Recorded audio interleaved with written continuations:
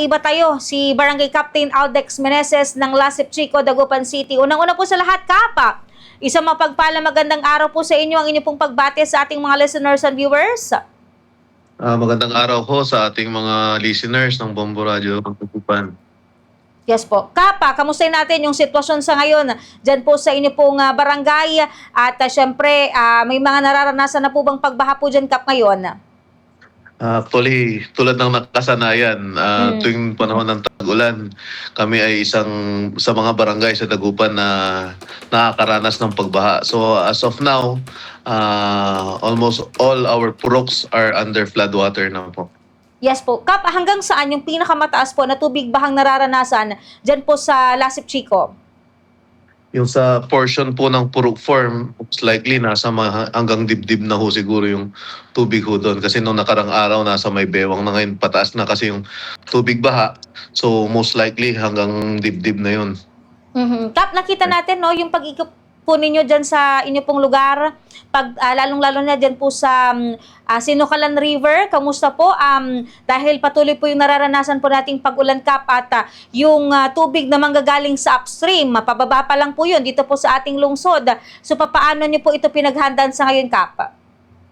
Actually, simula naman nung pagdating ng mga pag-ulan-ulan na, naka-con na yung BDRRMC namin. Nasabihan na rin ho natin ang ating mga kabarangay regarding sa evacuation center natin. Sabihan lang ho kami, susunduin namin ho sila sa kanilang mga kabahayan. At the same time, nakapag-con na rin ho kami, nakapag-distribute na rin ho kami ng mga doxycycline as prophylaxis sa na sakit na leptospirosis. So, yung nakita ho ninyo sa pag-ikot namin kahapon, masyado nang mataas na ho yung sa may Sinukalan River.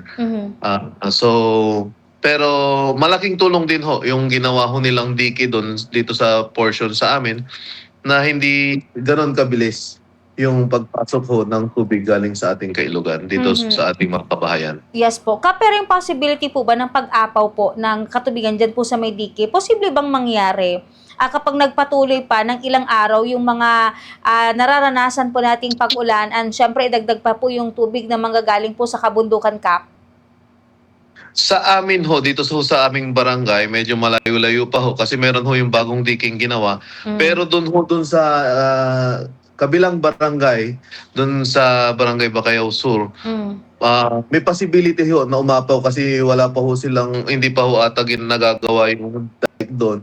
Yun pa yung dating gabyon na dike, yung sa kanila, yun ho, medyo maliit na lang ho yung possibility na malapit na hong umapaw yung ilog. Hopefully, hindi naman na ho sana. Pero Kap, kung sakali na may mga residenteng kinakailangang ilikas, saan po dadalhin ang mga evacuees po natin at gaano po kahanda ang lokal po na pamahalaan po ng Lasip Chico, syempre doon sa pag-provide ng mga kinakailangan po ng mga posibleng maging evacuees, Kapitan? Actually ho, ang evacuation center ho namin is sa Barangay Hall. Ngayon ho, pag hindi na ho kinakaya yung karami ho nila, nililipat na ho namin sila doon sa Juan L. Siam Elementary. Sabi ko ho naman sa inyo, ma'am, halos taon-taon ginagawa na ho namin to. So, yung kahandaan ay sanay na ho yung tayo at mga kasamahan natin sa barangay sa pag-asikaso ng ating mga evacuees. Pero dyan po ba sa barangay po ninyo, Kap, meron pa po yung mga kinakaharap po ninyo na pahirapan na hikayating lumikas yung mga residente kapag tumataas po yung tubig baha dyan o kapag may mga kalamidad na tumatama dito po sa ating syudad? Actually, ma'am, yung yung sinasabi ko sa inyo na nasa hanggang dibdib na yung tubig baha. Sila yung mga tao or pamilya na residente natin dito na hindi nag-evacuate kasi naging resilient na sila, ma'am. Makikita natin yung mga kabahayan nila ay sobrang taas. Sa baba, baha, pero yung bahay nila actually mataas, naka-design na sa tuwing ganitong panahon. Okay po. Kap, baka meron po kayong mga panawagan na pong ipabatid sa ating mga listeners and viewers, especially sa mga constituents po ninyo dyan po sa may Lasip Chico. Go ahead po, Kapitan.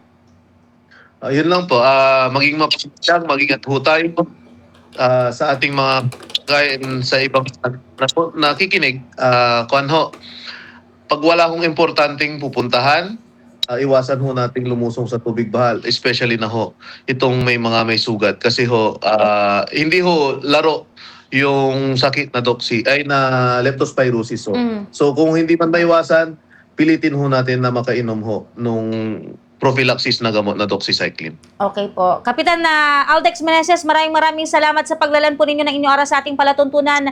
Ingat po kayo dyan, and from time to time ay kakamustahin po namin yung sitwasyon niyo po dyan, Kapitan. Thank you po.